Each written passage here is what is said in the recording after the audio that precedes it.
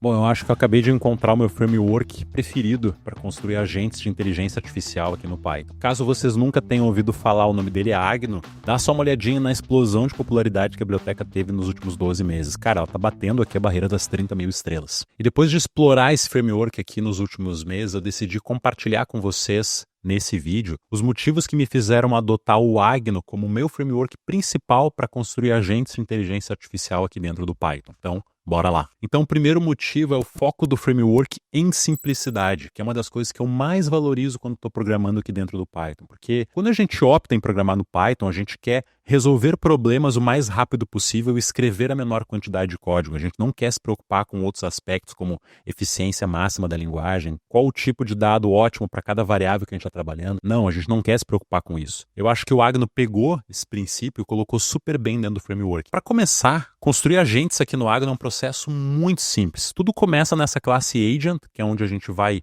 se conectar com algum modelo de linguagem, como ChatGPT, Gemini ou Claude ou qualquer outro. Eles têm uma série de possibilidades de integrar com diferentes modelos. E a gente vai dar para esse modelo conjuntos de ferramentas para que eles possam executar coisas, e a gente pode passar também instruções sobre como ele deveria se comportar. E é isso. Essas 9 linhas de código aqui, importando o agente, importando uma ferramenta, instanciando a classe Agent, passando para ele que eu quero que ele tenha acesso a uma ferramenta de pesquisa na internet e rodando isso aqui, perguntando para ele quem venceu a final da Copa do Mundo Interclube de 2025, e a gente já vai ter acesso aqui a um agente capaz de pesquisar na internet e nos dar uma resposta aqui, cara, de ontem. Então ele já sabe que o Chelsea venceu aqui o Paris Saint-Germain com placar de 3-0, usando a ferramenta de busca que ele teve. E essa simplicidade, na minha opinião, era uma das coisas que mais faltava quando eu estava trabalhando no LangChain. Porque quem já trabalhou um pouquinho com o LangChain, que é talvez o framework mais popular da internet hoje, passou aqui da barreira das 100 mil estrelas no GitHub, para vocês terem uma ideia, mas também é o mais antigo. Só que, cara, o LangChain é extremamente verboso, ou seja, para fazer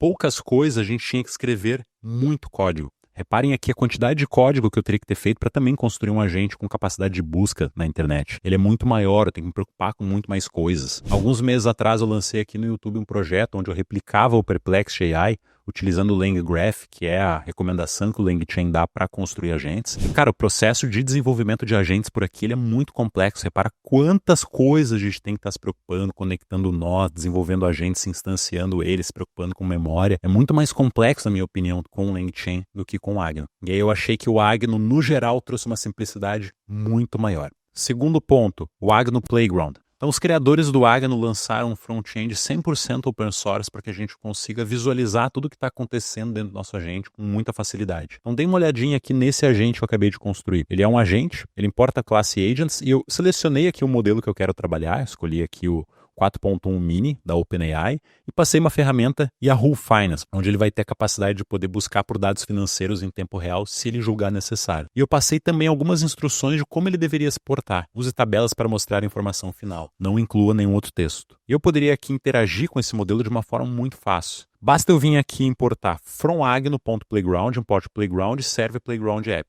E eu viria aqui, instanciaria o app e executaria o método servePlayground passando o meu arquivo como parâmetro. E ao rodar isso aqui, eu posso acessar esse site e interagir com o agente que eu acabei de criar por aqui. Olá, tudo bem? Ele já me respondeu, olá, tudo bem, como posso ajudar com você? E perguntar, que ferramentas você possui? E ele me diz aqui, ó, tenho acesso a functions.getCurrentStockPrice, obter o preço atual de uma ação pelo seu símbolo.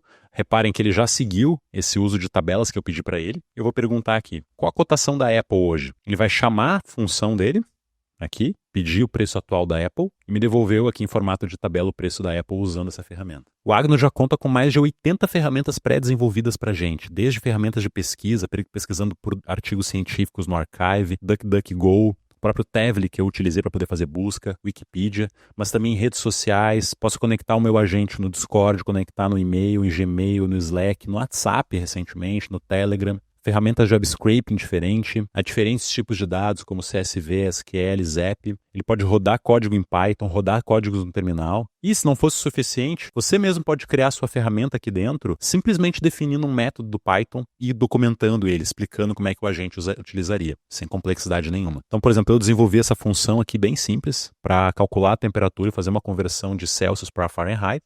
Expliquei para ele que essa função serve para poder fazer uma conversão entre as duas. O argumento necessário a ser passado é a temperatura temperatura em Celsius, ele vai retornar os graus em Fahrenheit. Eu poderia simplesmente copiar essa função aqui, passar aqui dentro, na lista de ferramentas que ele tem, e atualizar o meu modelo. Agora pronto. Olá, quanto é 32 graus em Fahrenheit? Ele já vai chamar a ferramenta dele automaticamente e já me devolveu aqui essa conversão em formato de tabela. Terceira razão, tá aqui, ó, é o que eles chamam de knowledge. Seria a gestão do conhecimento que a gente passa para o nosso modelo de linguagem. Então, se de repente vocês querem ampliar o que o modelo sabe com arquivos em PDF, dados que estão presentes em bancos de dados SQL, NoSQL, CSVs, DocX, sites, JSON, tem toda essa gama de funcionalidades para a gente poder passar para o nosso modelo e automaticamente permitir que ele já tenha acesso àquilo, faça pesquisas nesse conhecimento quando necessário, utilizando, claro, as técnicas de RAG. E como é que a gente faz isso? Para explicar isso aqui para vocês, eu peguei esse relatório bem grande sobre o andamento da situação de mercados dos carros elétricos no mundo. Imagina um documento aqui de 170 páginas e eu quero alimentar isso aqui para dentro do meu modelo. Como é que a gente faz isso? Então eu vou partir desse agente básico aqui, que não tem nada, só a conexão dele com o Playground. Eu vou importar aqui um banco de dados vetorial, no caso um ChromaDB, para poder guardar esse conhecimento que está aqui. Então from agno.vectordb.chroma import ChromaDB. E eu vou criar esse banco de dados vetorial aqui nessa localização, pasta temp.chromadb. E agora eu puxo aqui um PDF Knowledge Base para poder guardar informação, conhecimento dentro de PDFs e passo também aqui um leitor de PDFs. E eu instancio esse Knowledge Base com a localização onde está o meu PDF, mas aqui poderia ser uma lista com múltiplos PDFs, o banco de dados vetorial que eu acabei de rodar e um leitor que vai indicar como que esse processamento vai ser feito e se ele vai ser quebrado em chunks, em pequenos pedaços de leitura ou não. E aqui no meu agente agora eu passo que knowledge vai ser igual a knowledge base, esse aqui, e permito que ele faça pesquisas nessa base de conhecimento. Simples assim. E na primeira vez que a gente roda o agente, ele vai fazer a leitura, criar aqui o nosso banco de dados vetorial. Eu poderia vir no meu agente e perguntar alguma coisa sobre o documento, como por exemplo, vocês sabem dizer como é que está a situação dos carros elétricos no Brasil? E ele vai agora pedir pela base de conhecimento dele por alguma informação, pegou vários trechos de lá, daquele PDF, e conseguiu montar uma resposta aqui totalmente baseada no conhecimento que estava lá. E aí, para fechar, uma das partes que eu achei super interessante é a forma como o Agno faz gestão de memória do teu agente. Ele resolve isso através das storage e através do memory. E por que isso aqui é importante? Porque um agente, ele pode ter múltiplas conversas com a mesma pessoa, então eu poderia vir aqui e criar uma nova sessão, ou, de repente, múltiplas pessoas podem ter conversas em paralelo com ele. E, galera, essa gestão no LangGraph, na minha opinião, eu achei muito complexa. Eles não dão endpoints fáceis para que vocês trabalhem com isso. Só que aqui no Agno, o processo ele é muito simples. Olha só. Basta que eu venha aqui, faço uma importação de alguma biblioteca de gestão de storage dele. Nesse caso, eu vou utilizar o SQLite. Eu posso aqui embaixo instanciar essa classe, colocar o nome da tabela que eu vou utilizar e onde que ele vai estar localizado. E ele vai criar um banco de dados para mim para poder fazer todo esse gerenciamento por conta própria. E para que isso funcione, basta eu vir no meu agente, colocar storage, vai ser igual a storage e pronto. Basta que eu venha no meu agente aqui e pergunte, olá, tudo bem? E ele me responde qualquer coisa. Só que se eu criar uma nova sessão e perguntar, meu nome é Rodrigo, qual o seu? Reparem que aqui embaixo ele já começou a gerenciar para mim essas múltiplas sessões. Eu poderia desligar o meu computador, sair daqui, tudo isso aqui agora está salvo em um banco de dados. Então é isso, essa é a minha dica para vocês de hoje. Como é que vocês aprendem mais?